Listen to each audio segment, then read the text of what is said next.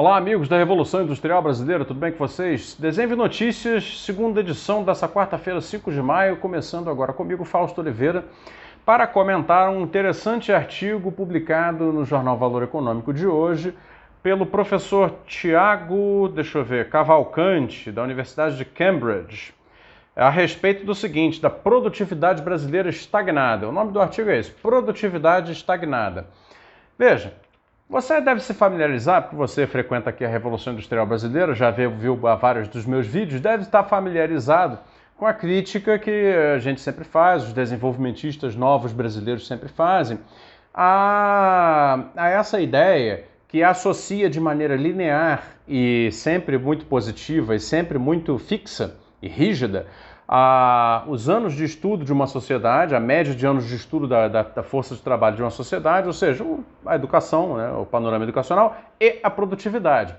É um argumento bastante clássico, bastante utilizado por economistas de corte liberal, por professores de economia que defendem, né, o liberalismo e o neoliberalismo como políticas públicas liberais aplicadas aí nos últimos 40 anos, de que a necessidade maior para se fazer o progresso das nações, para se fazer o desenvolvimento econômico, seria a criação do chamado capital humano.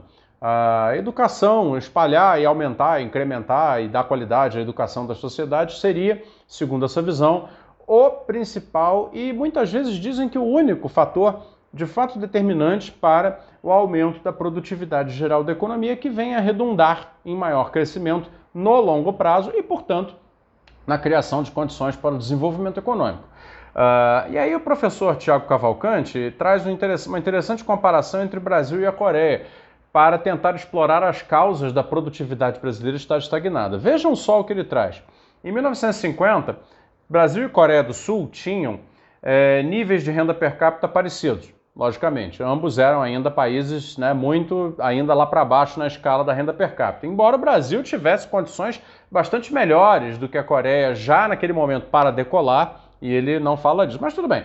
Entre 65 e 80, diz ele aqui, a escolaridade média de um trabalhador brasileiro permaneceu constante, 3 anos de estudo, ok. Por outro lado, entre 65 e 80, a escolaridade média de um trabalhador coreano passou de 5 anos de estudo para um pouco mais de 8 anos de estudo, beleza. Mas entre 1980 e 2010, a escolaridade média do trabalhador brasileiro cresceu de 3 para 8 anos de estudo, ou seja, era a mesma que a Coreia tinha até ali, até 80. Só que a Coreia continuou, naturalmente, dando mais serviços educacionais à sua sociedade. E hoje ela tem uma média de anos de estudo, de escolaridade, de 12 anos na sua força de trabalho. E aí ele faz a seguinte comparação.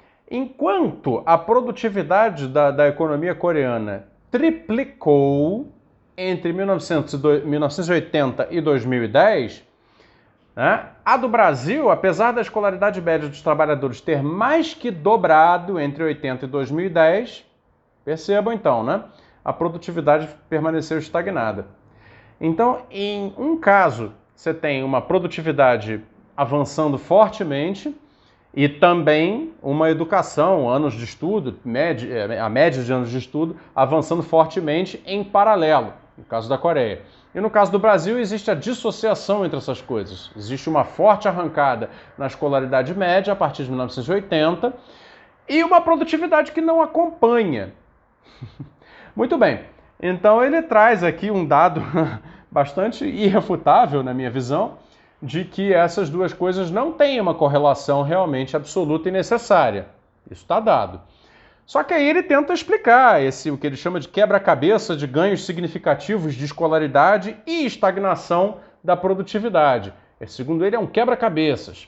Bom, o professor Tiago enumera algumas hipóteses aqui para explicar por que no Brasil conseguiu-se aumentar, vou usar o vocabulário dele, melhorar o capital humano e não melhorar a produtividade da economia.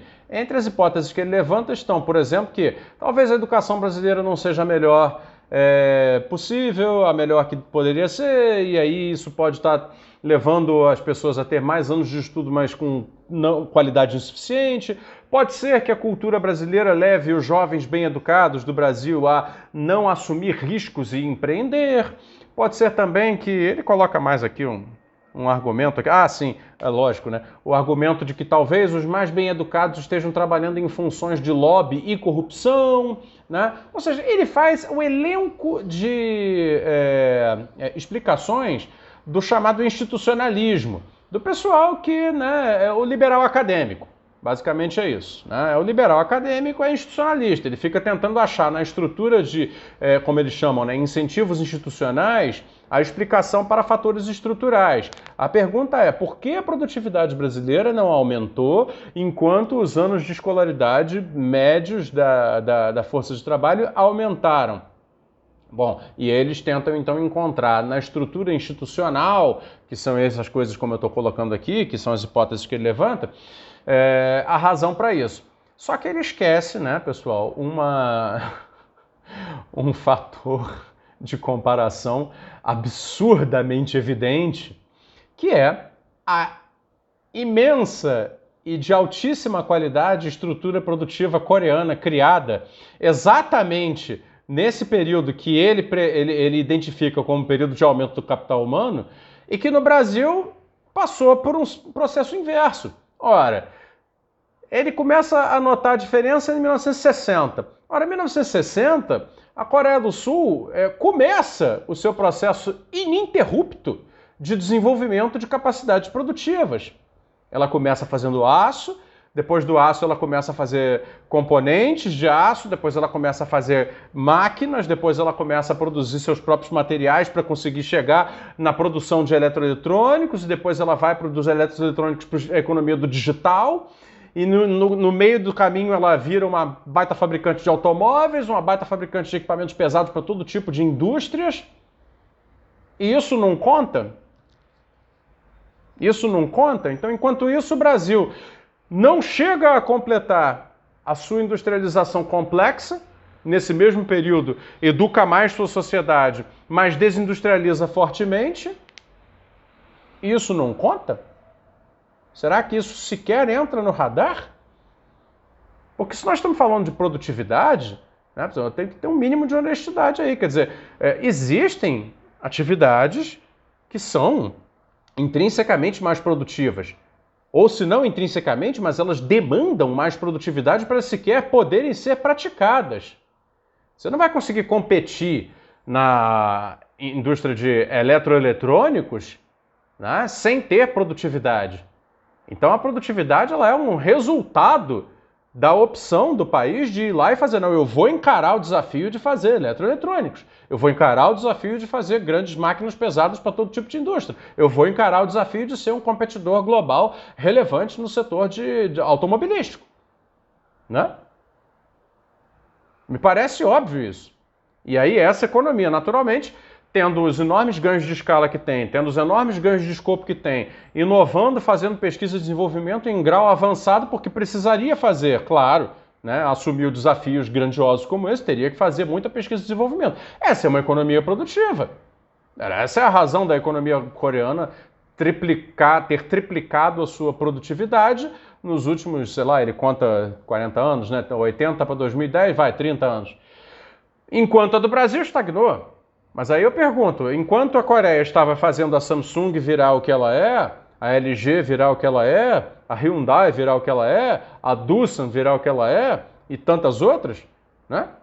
O Brasil estava fazendo o quê? Estava perdendo a Engesa, estava perdendo o polo, né, o incipiente polo de eletroeletrônicos que chegou a começar a ter com gradiente CCE, não é? Aí é essa hora que todo mundo começa a rir da minha cara, porque fala, mas vai ser sério, uma merda. Olha, eu sei, ué, mas isso era o começo. As coisas não acontecem da noite para o dia. O Brasil perdeu a Gurgel, né? Enquanto a Hyundai só subiu e virou a Hyundai, o Brasil desfez a Gurgel. Então por que o Brasil desfez a Gurgel? Respondam aí vocês, né? Então a desindustrialização brasileira é, naturalmente, o bode na sala, que ninguém quer comentar desse pessoal liberal acadêmico, institucionalista, né? E não vai haver uma produtividade geral da economia brasileira significativa, um aumento de produtividade que faça de fato o crescimento de longo prazo acontecer e nós irmos no caminho do desenvolvimento finalmente, apenas com boa educação para todos. A boa educação para todos, evidentemente, é uma condição absolutamente necessária. É necessário. Eu não quero, longe de mim, dizer que não é necessário, mas é uma condição insuficiente. Não é? É uma condição insuficiente. A desindustrialização brasileira, ainda bem, ela tem um elemento de relatividade aí, porque nós ainda guardamos capacidades em certos setores. E através desses certos setores podemos espraiar, né, polos de produtividade, polos que demandam mais qualidade de trabalho, polos que demandam mais conhecimento adicionado e, portanto, geram mais valor. Mas tudo isso depende de um projeto de fazer essas coisas. Igual a Coreia fez. E eu acho impressionante que nesse momento em que está tudo mudando tão rapidamente no mundo, os comentaristas institucionalistas e liberais acadêmicos não se dão a chance, e também sonegam ao público essa chance, de pensar aquilo que é óbvio. O óbvio. Né? Quer dizer, é evidente que a estrutura produtiva brasileira hoje ela não precisa de grandes produtividades para continuar sendo aquilo que ela é.